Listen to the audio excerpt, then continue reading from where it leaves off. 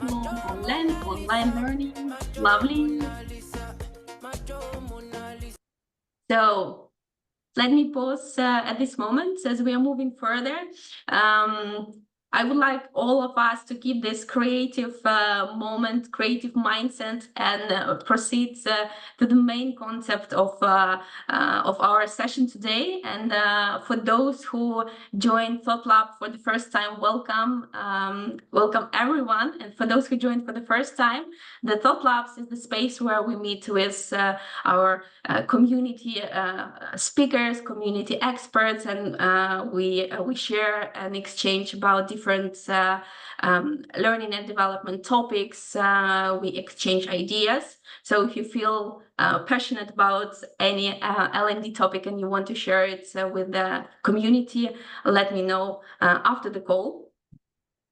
This session is recorded, as you might heard, and today I'm happy to introduce you to our speaker, Alex Lapthorne. He's an award-winning L&D professional who's working across financial, healthcare, and technology sectors. And at this moment, Alex is working at these guys as a global head of training.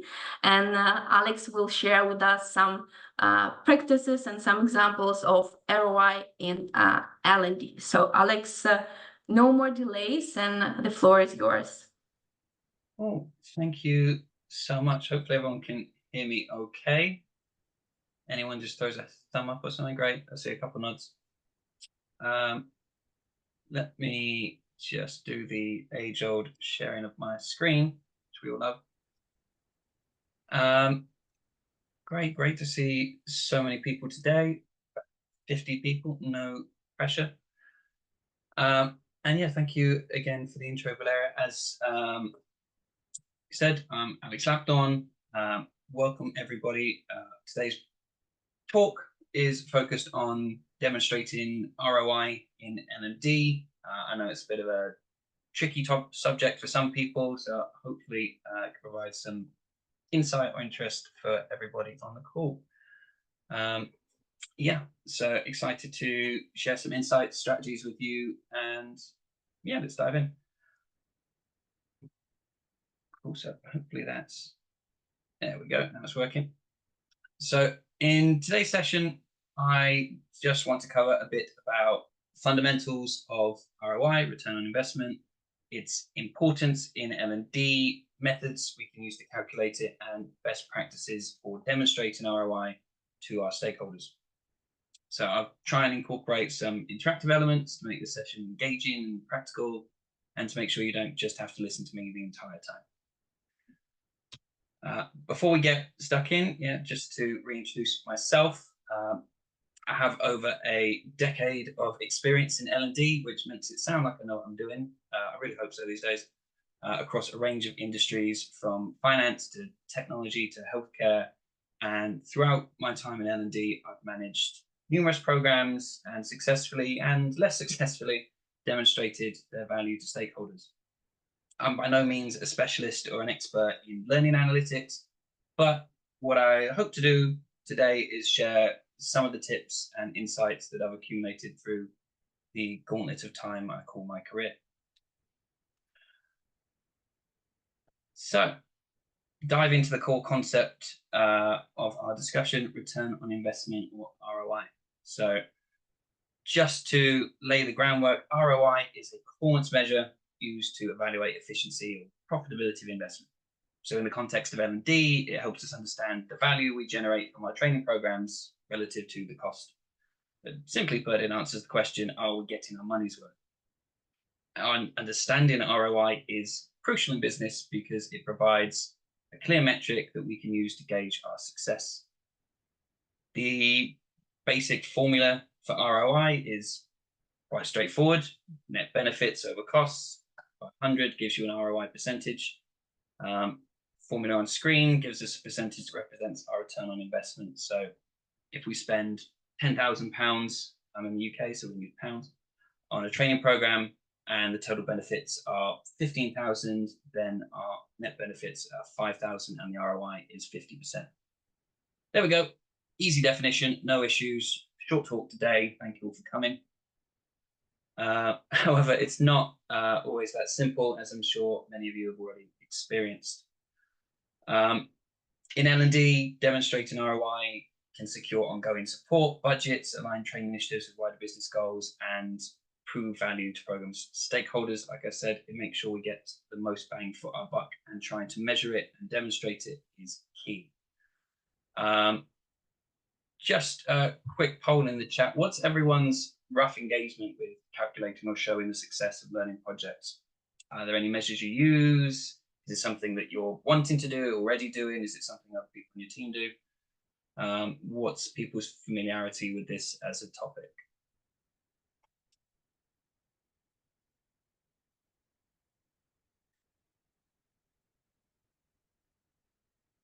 Cool. Participant satisfaction, Patrick model, definitely. Might be something on that later.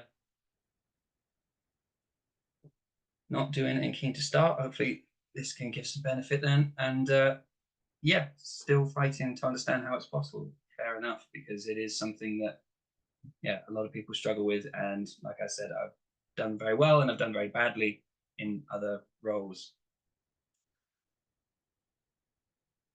Yeah, exactly. ROI for compliance training is easier and it's harder for soft skills, or what we might call sort of qualitative measures or non-tangible measures. So, God, the chat keeps going. It's very distracting. It's very interesting. So yeah, continuing on the clicking everywhere. There we go. The importance of ROI. I just mentioned, being able to pull a measure of ROI in L&D is key. Investment, both financial and time and resources, linking to business goals, tangible value of L&D programs. Some companies reach a certain size and they feel the need to have a training function due to employee demands, or simply dazed and confused no starters wandering around who need onboarding. The way companies really value a learning department is when it can demonstrate real impact and value. Being able to say, we piloted a program on upskilling retail sales staff and saw both customer satisfaction and sales increase in those stores over the following 3 months, will get people to pay attention to L&D and to invest more time and more resources in your department. Wow. So we all understand the importance of demonstrating our value. That's simple. We do it every day to justify our employment, our actions. But you probably signed up for this session for something a bit more helpful. So the question is, how do we measure our ROI? Well, a good place I start with is looking at what metrics I can use to support my goals. Thankfully, in another life, I was an accountant, so I love stats and I love Excel and I love metrics. And the types of things that we can pull together are quantitative and qualitative measures. So I think someone in the chat said around NPS scores, or how can we measure confidence or employee satisfaction, things that are a bit more difficult, a bit more qualitative, and also tangible benefits that have a direct, clear financial impact, and non-tangible benefits from L&D that contribute to long-term success and overall value, but are much harder to quantify.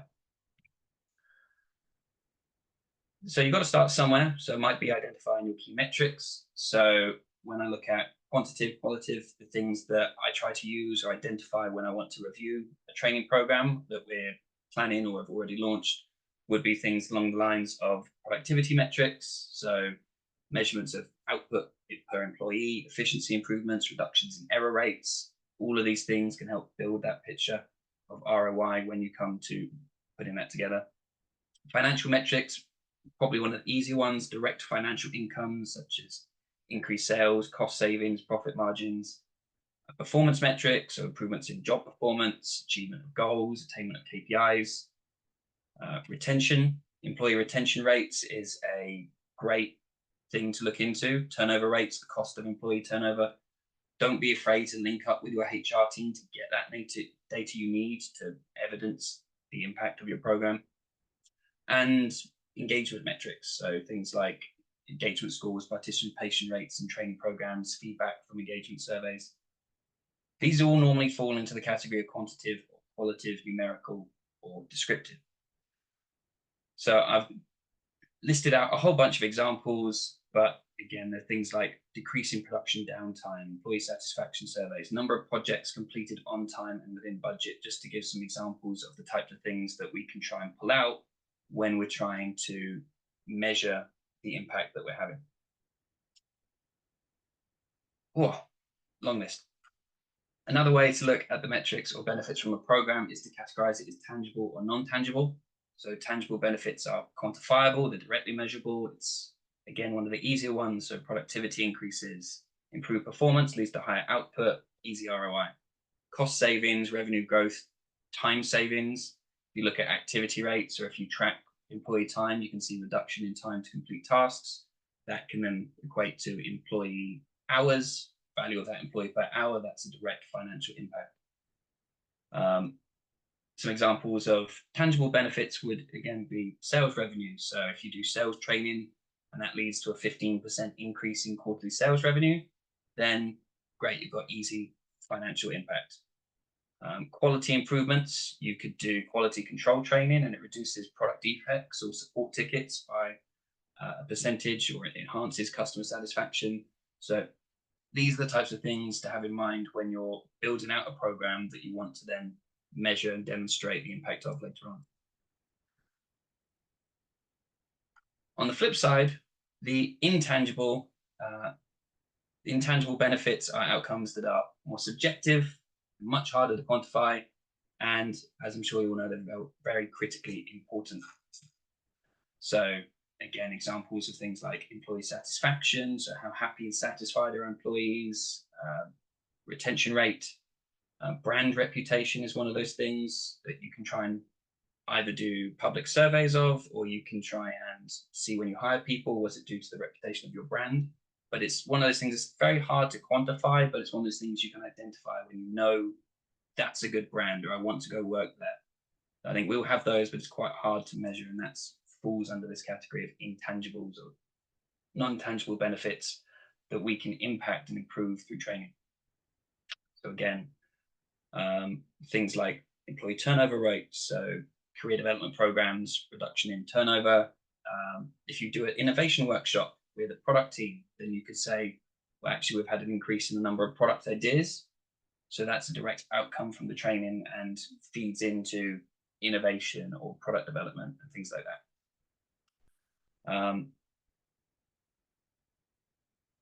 But it's not quite that simple or easy, is it? And if the chat that I'm reading on the side is anything to go by, it is very difficult to work out and it's very difficult to isolate. And that's some of the things that, some of the challenges that we impact and find when we're trying to measure the return on investment of training. So at least if my experience has taught me anything, some of the challenges we face are exactly like someone's just, I think Thomas has just said in the chat, isolating the impact of training. It's really difficult to isolate the effects of training from other variables and that impact performance, market conditions, new technologies, other initiatives you're running concurrently. How can you isolate just the impact of training? Quantifying those intangibles that I mentioned on the last slide, it's challenging. Many benefits of training are difficult to measure, like improved employee morale, increased job satisfaction, better team collaboration. Very hard to quantify. Let me know if any of this is resonating with anybody. I hope so. Data collection analysis is complex, it's time consuming, especially with really large, diverse organizations. Trying to get massive data and analyze it is a nightmare. And long-term measurement as well. So sort of part and parcel with that last point, but sometimes the impact of the training programs we run isn't immediately visible, like improved brand reputation or employee reputation. It can take months or even years to materialize. And so maintaining long-term tracking and demonstration is essential, but definitely challenging to maintain. But I'm not going to just give you a bunch of challenges and leave it there. So some of the things that we can try to do to overcome some of these is we can use control groups. So control groups to help isolate the impact of training. So if we, almost like testing, if we have a trained group isolated and an untrained group, do it as a bit of a control study. We can try and see, is the group that were trained, or the branch, or the department, or the region more effective, and then can we try and deduce that that is due to the training that they received. Focus on key metrics. It's very easy to just get loads and loads of data, and one of the things that we can try and do is identify and focus on just a few key metrics that best capture the training's impact, looking at tangible, intangible, qualitative, quantitative, but keeping it focused to the metrics that most support your impact, so that we just don't get lost in the noise of data. Use technology. Technology has advanced massively, from LMSs to AI to big data tools, and a lot of these can draw insights for you or suggest things and make your life, especially when it comes to data handling, a lot easier. And one of the things is try and involve your stakeholders. Involve them early in the process so that you can get buy-in, communicate the benefits that you're trying to achieve, how you want to measure it, and provide regular updates. And you'll find that those stakeholders will support you with the resources to measure ROI or to continue the training so that you can try and get that long-term impact. Yeah, there we go. I forgot that I added that.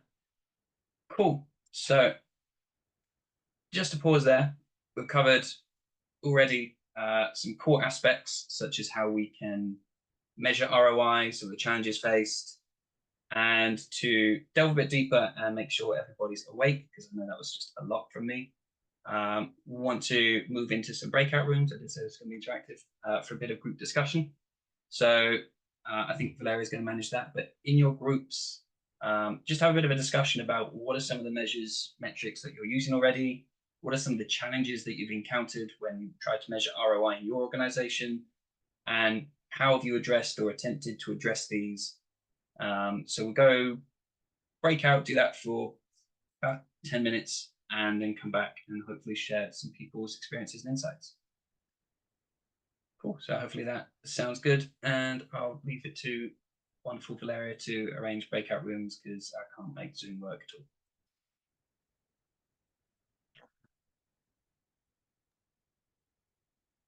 Oh, I'm skipping ahead.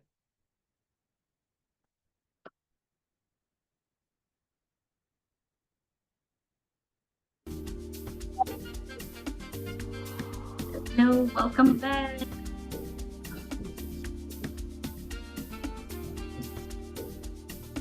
Welcome back, everyone. Everyone's coming back. Nice to see you back. Hello.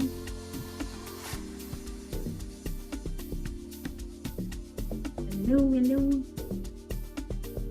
How is everyone feeling after this 10 minutes breakout?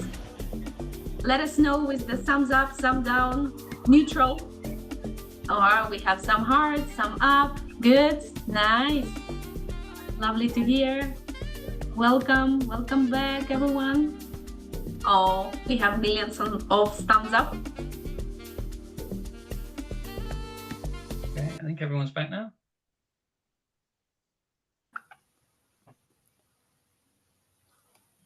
Great. So let me get my screen up and running again. But yeah, hopefully people found that useful.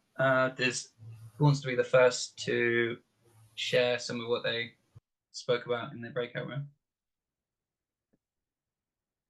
Someone's always got to be the first. Okay, I will go first. Someone has to be first.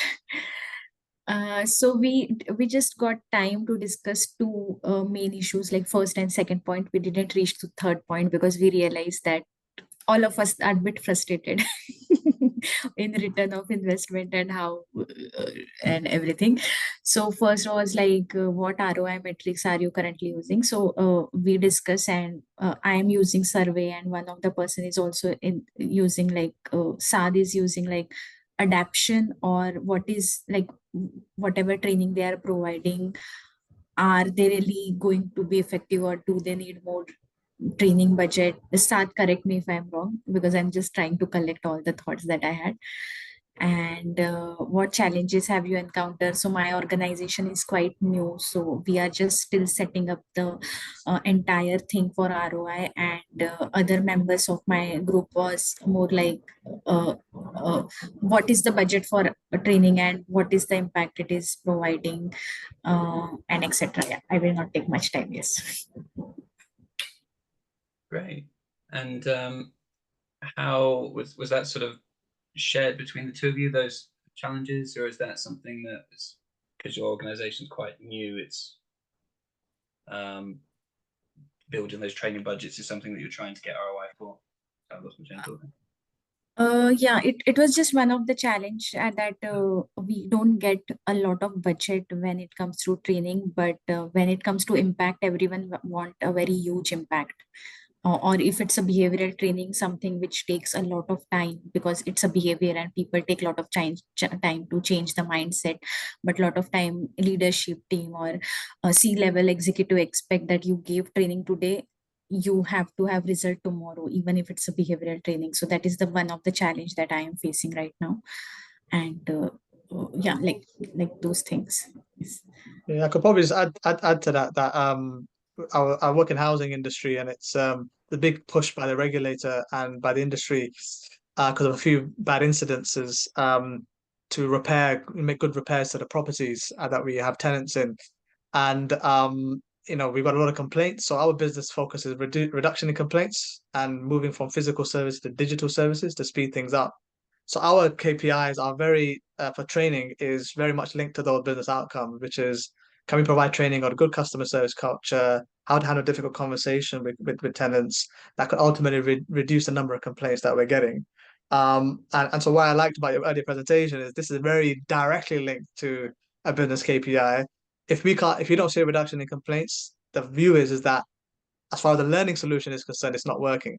And so it's a very clear link there. And the channel we're talking about is maybe we should not be looking at ROI. Maybe it should be success indicators because ROI begs a financial question. We get less than 1% of the revenue towards our learning budgets, but we get tested the same rigor as marketing and sales departments, probably even more, who get 10% of the revenue towards their budget. So that was what was sort of interesting about my reflection and on my experience.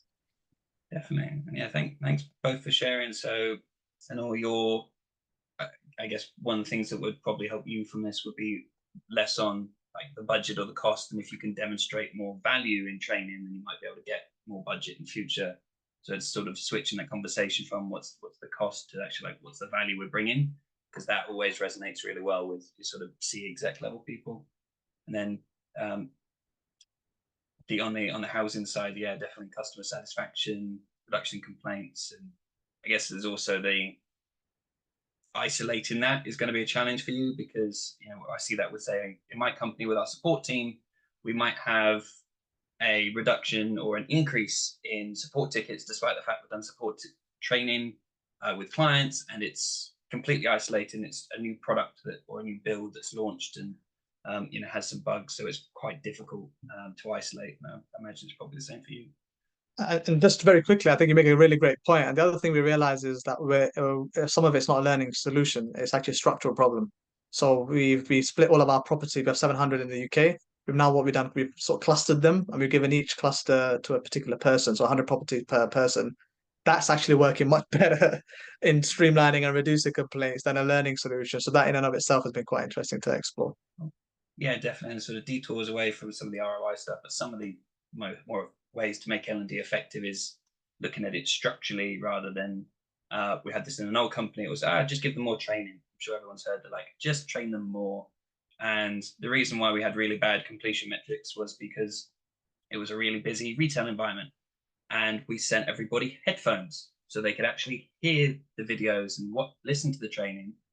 And that wasn't give them more training, it was just enable them to take it more. And then suddenly we saw completion go through the roof just because we sent people about 2,000 really cheap pairs of headphones.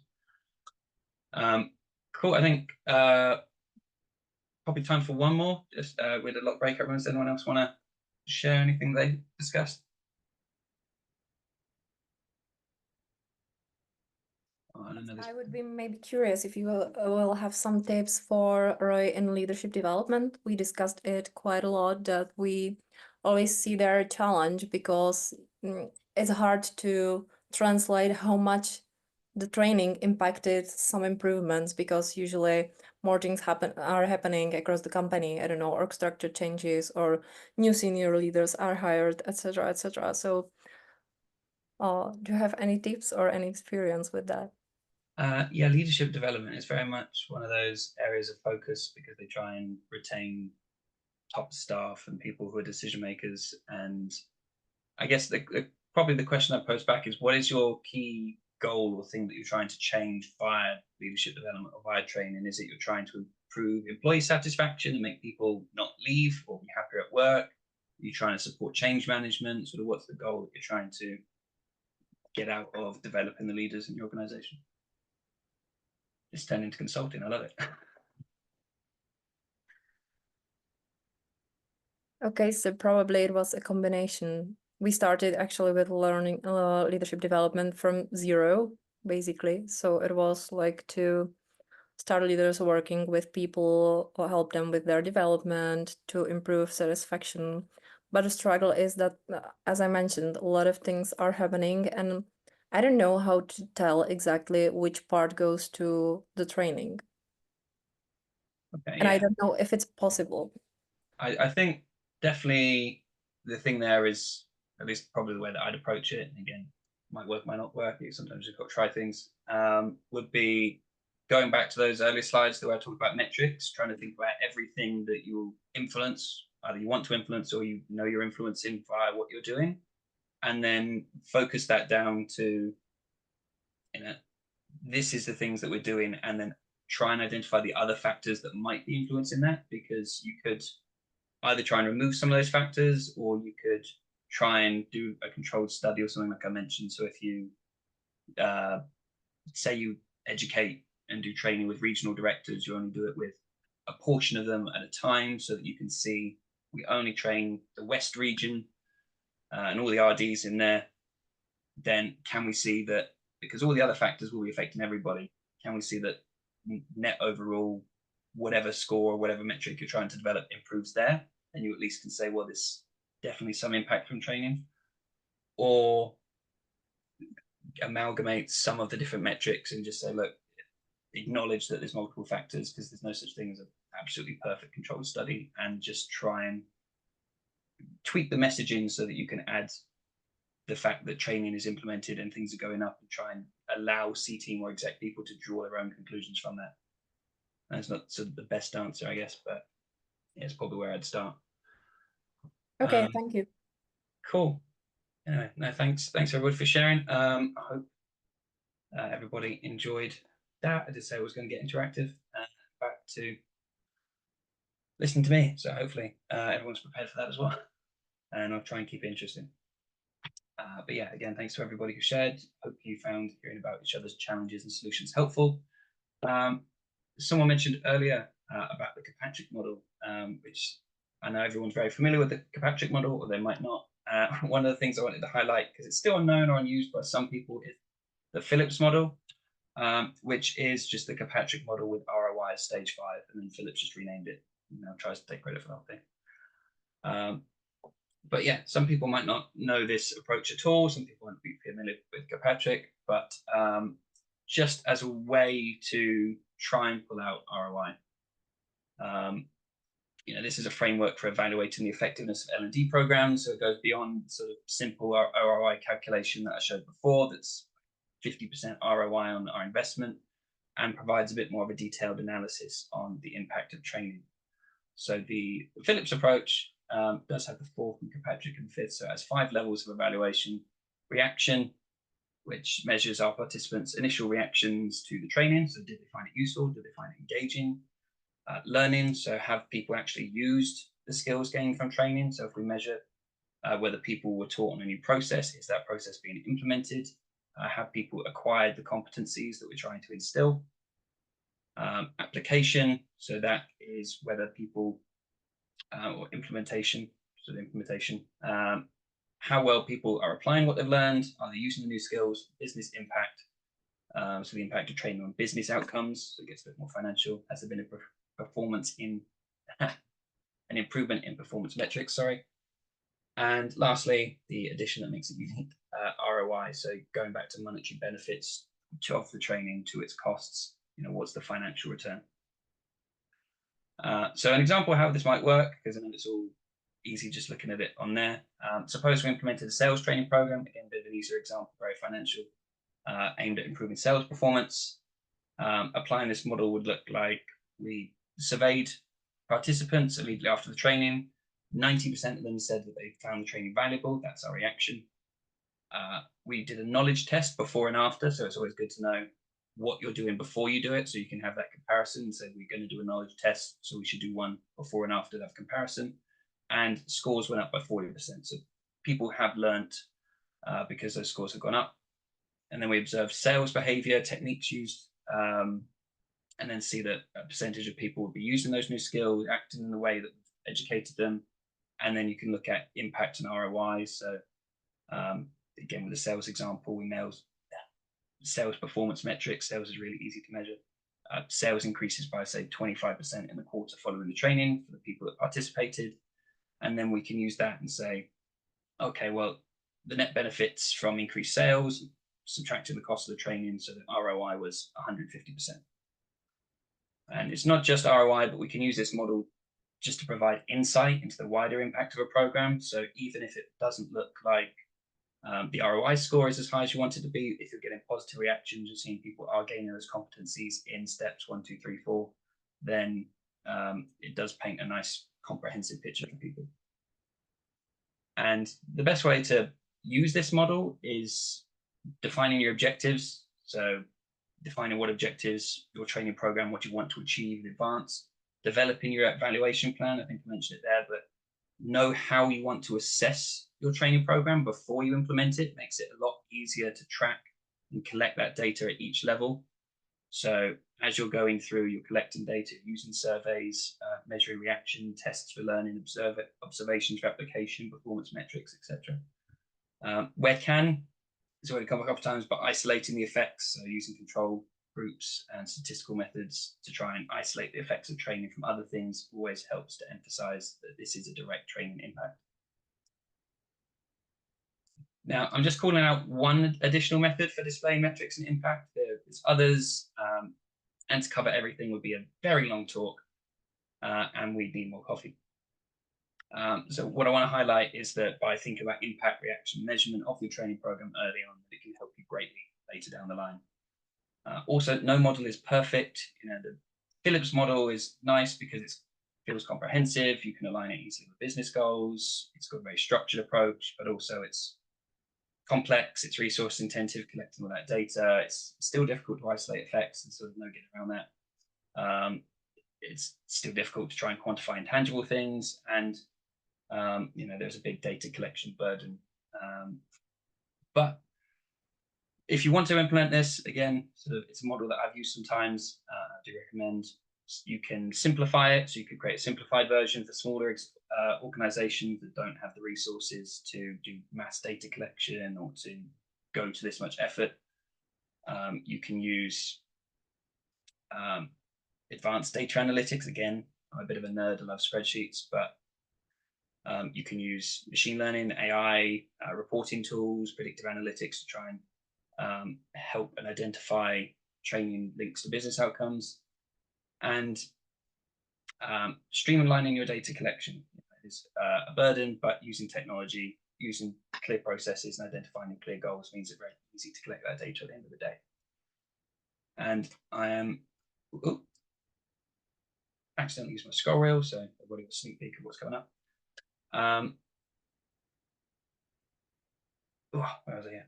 Yeah, so I might sort of speed through this in a little bit because I'm slightly conscious of time. But another piece of advice I would share would be look at the platforms you've got. Technology is a significant role. I think I've touched on it a couple of times, but learning management systems, analytics platforms.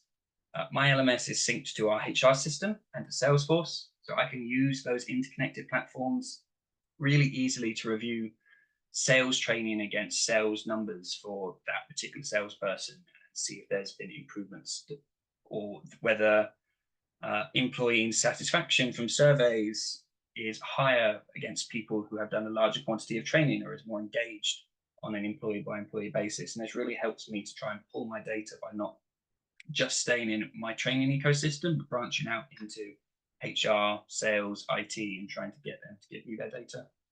It makes my life a lot easier. So just on the measuring side, because it's probably one of the biggest parts of ROI, some clear, quick best practice, establish clear objectives, use a mix of quantitative, qualitative, non-tangible, tangible data, regularly review, leverage technology. All of those things are going to make your lives much, much easier. And hopefully that painted a nice picture of data, metrics, how we can pull out some of the benefits of our training programs. And ultimately, when we have this data, the next key aspect is presenting and demonstrating that measured impact. So we've got all these lovely stats. We've built together a picture, either simple or complex. I put together this graph to show that more training and better skilled staff benefits everybody. I'm very, very biased, but I will say training is the most important department in a company, maybe after sales. But each and every department benefits from training, benefits from more learning. It can often be overshadowed in some organizations, and I've had that in the past, but no one has ever complained their team was too qualified or their upskilling time was too fast. I found that lack of time or investment tends to come from your ability to communicate the value of L&D. So, some simple things like when dealing with stakeholders, especially C-team people, know your audience, be clear and concise, use visual aids. People love pictures, infographics especially. Link everything to wider business goals and be prepared to have a lot of hard questions directed back to you about the value that you're bringing. But the types of conversations that I've had in the past around the return that I'm bringing would be our CFO might say,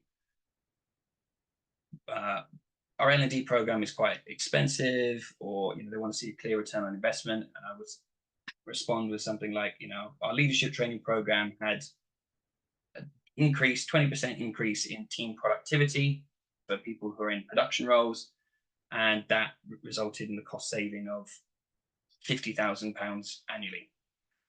Also, our employee turnover rate dropped. This saved us this much, and all of these things helped demonstrate to my CFO.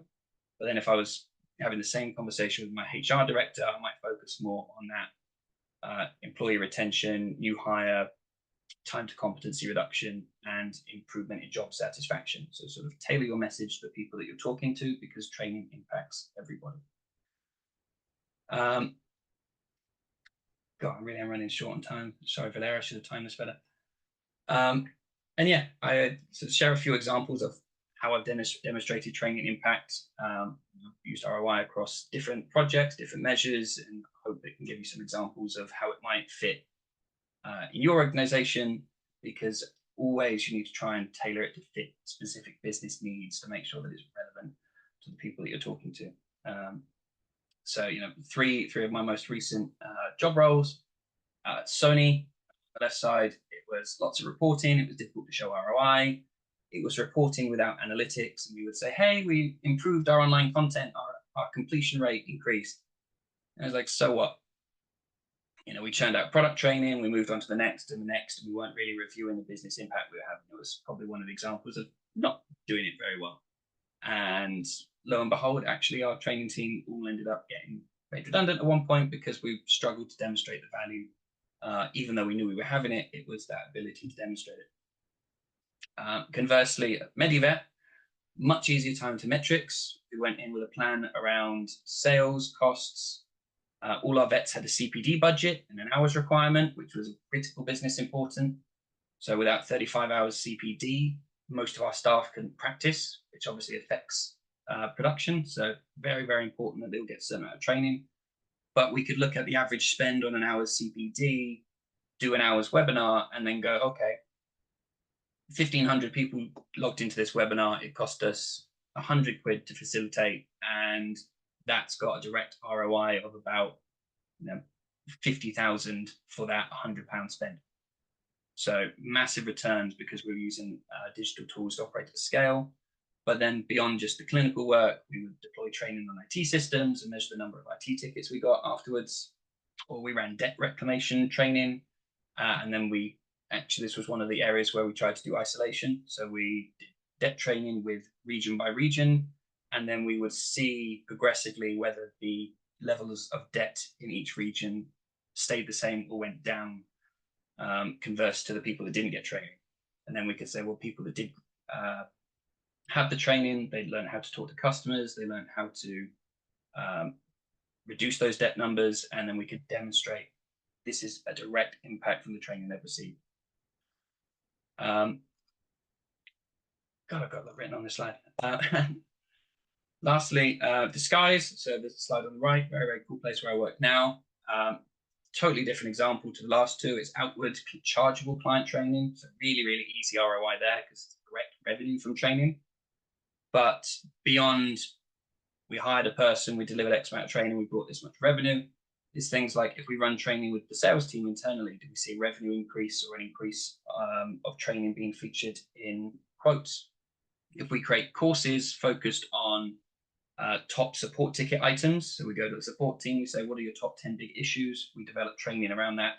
Can we impact a reduction in support tickets, which we can then directly evaluate to ROI by looking at the average support team hourly cost?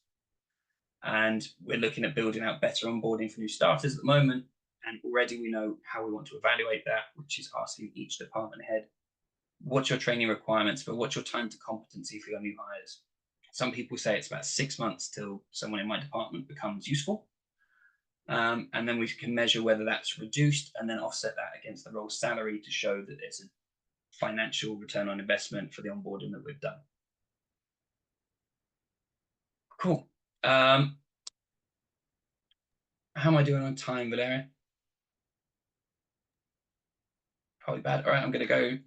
Am I overrunning? I got 5 more minutes. Yeah, People okay for 5 more minutes? I would try and go through it quickly. Because yeah, this was a bit of an add-on. But yeah, I've sort of covered what ROI is, metrics to calculate it, how to demonstrate the value of your program. Hopefully something that's been useful. There's a couple of closing nuggets. I wanted to try and share some tidbits on how to improve ROI. So just because you know how to measure it, how can we try and improve it? And one of the things I always try to bring into my projects is behavioral economics. All our decision behaviors boil down to rational decision making and communication, and I believe that is the same across training, marketing, everybody. So some of the things that I would use to try and improve the ROI in a project would be nudging. So that's if you were having regular prompts to remind employees to create training, so sort of small changes that can then build up. Social proof, people tend to follow what other people are doing. So find your advocates, find your early adopters, get them to engage, get testimonials, and then get people to follow in their footsteps. Loss aversion, I know everyone likes to be very positive, but actually people respond quite strongly to negative. So actually pitching things as the potential losses from not participating in training can have just as much engagement as saying, hey, further your career or don't fall behind in skills. People who are motivated different ways, but actually loss aversion is quite effective. And you'll see this all the time, immediate rewards. You know, it's the whole gamification thing, pop-ups, scores, certificates. Everybody likes immediate tangible rewards to hit that little dopamine spike.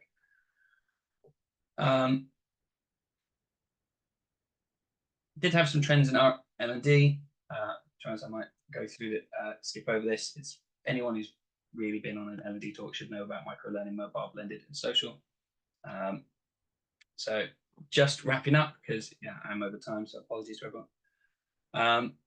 Best practice for demonstrating ROI, building that picture, getting all your metrics, align with your business goals, use clear, simple metrics, try and provide context, regular reporting, use a mixture of different types of data, and regularly adjust your approach to fit the context that you're trying to demonstrate. And some pitfalls to try and avoid: don't overload yourself with data, keep it focused, don't overwhelm stakeholders. If you throw a massive spreadsheet of people, they just get completely overwhelmed. People like very simple things, visuals. Don't ignore the intangible benefits just because they're difficult to measure. they can be very critical. I think we all know things like employee happiness is very difficult to measure, but it's very, very key to success.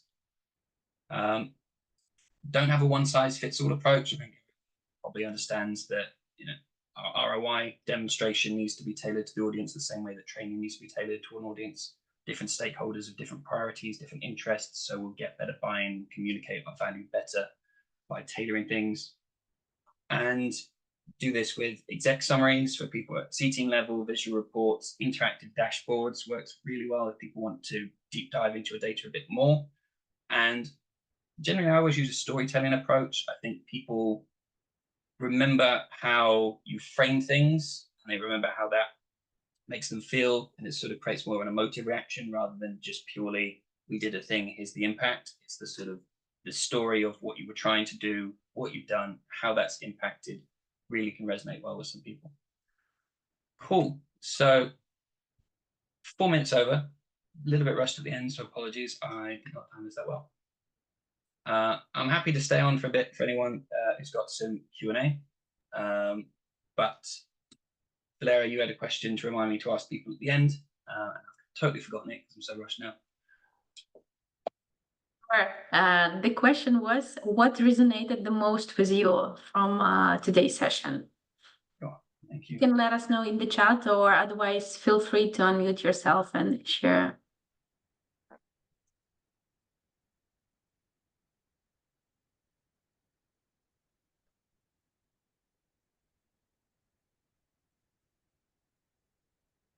Yeah, we'll scroll to the bottom of the chat, yeah, that's fine.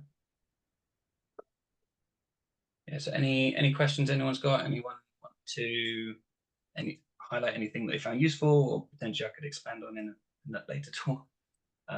As always, I think it's pretty easy to find me on LinkedIn if everyone wants to catch up later as well. So I know everyone's busy on would say a Thursday afternoon, but I know it's morning and evening for some people. Resonated. It is difficult to measure, and we all feel this way. Yeah. I think the most effective things are when we manage to get through the difficult ones. And definitely when it comes to the intangible stuff, it is very satisfying when you can try and demonstrate, yeah, we've had a direct impact on things that are quite difficult to quantify, whereas, yeah, sales revenue increases after sales training is a bit of an easy one, to be honest.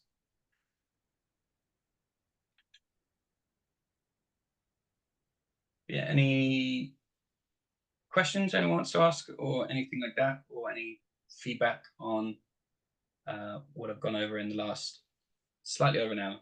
Again, should have timed it better.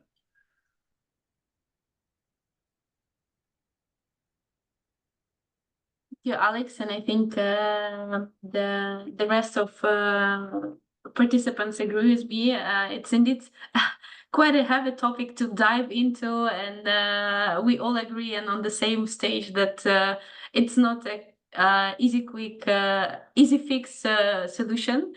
So stay tuned, and if you want, you can reach out to Alex for questions, and we will share the recordings of the session afterwards in the Slack community and on LinkedIn. Cool. Well, yeah, thank you again for helping me out, Valeria, and for facilitating. And yeah, thanks everybody for giving me your time. I really do hope that you found at least some of it beneficial. And yeah, I'm happy to stick around for a few minutes, or you know, feel free to add me on LinkedIn. I'm generally quite happy just to have coffee calls and chat and on just about anything.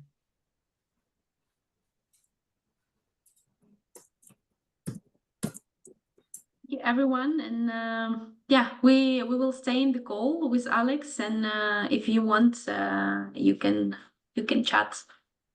Otherwise, we wish you all a very pleasant the rest of the day, and we see each other next time.